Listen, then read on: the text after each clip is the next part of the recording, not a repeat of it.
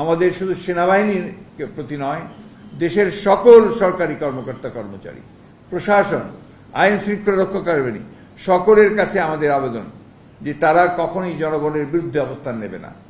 জনগণের রক্তে, ছাত্রদের রক্তে আর যেন আমাদের রাস্তা যেন আপনার রঞ্জিত না হয়, আমাদের সন্তানরা যেন শহীদ না হয়, সেই দিকে তারা অবশ্যই তাদের দায়িত্ব। এখন সেই দায়িত্ব একটা কথা মনে রাখতে হবে যে যারা প্রজাতন্ত্রের কর্মকর্তা কর্মচারী তারা কোনো দল বা ব্যক্তির কর্মকর্তা কর্মচারী নয়, তারা অবশ্যই প্রজাতন্ত্রের কর্মকর্তা কর্মচারী এবং তাদের দায়বদ্ধতা সম্পূর্ণভাবে জনগণের প্রতি দায়বদ্ধতা। সেই বিষয়টাকে সামনে নিয়েই তাদের এই ধরনের অন্যায় যে নির্দেশ, সেই অন্যায় নির্দেশগুলো তাদেরকে বাদ দিয়ে জনগণের সঙ্গে যোগসূত্র হওয়া।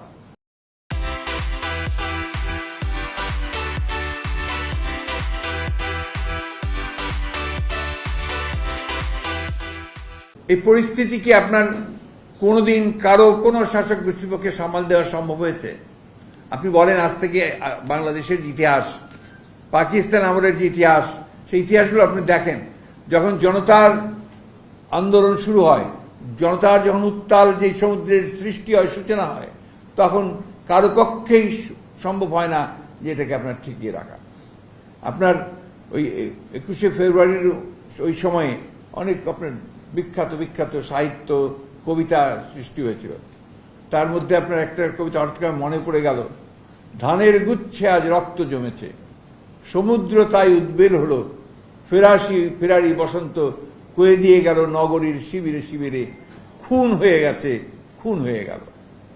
এটা ছড়িয়ে পড়েছে এখন গোটা। আপনি বিশ্বাস করবেন না, কিছুক্ষণ আগে আমার স্ত্রী বলছে যে আমি কি ঘরে থাকবো, আমার মেয়েরা চলে গেছে, প্রত্যেকের ঘর বাড়ি থেকে মেয়েরা চলে গেছে।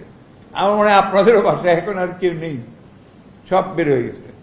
এই যে একটা উত্থান, গণ অভ্যুত্থান, গণজাগরণ, এই গণজাগরণ তো আমরা দেখেছি আপনার সেই 1969 সালে, আমি দেখেছি 90 সালে, আমি দেখেছি 70-এ, 71-এ, আজকে আবার আমার মনে হয় তার চেয়ে অনেক বেশি আপনার শক্তি নিয়ে আজকের গণজাগরণ সৃষ্টি হয়েছে।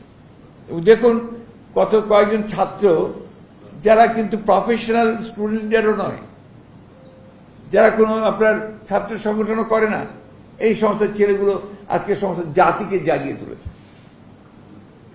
সমস্ত জাতি বুঝতে পেরেছে, জানতে পেরেছে, এখন তারা সোচ্চার হয়েছে যে এই সরকার অত্যন্ত পরিকল্পিতভাবে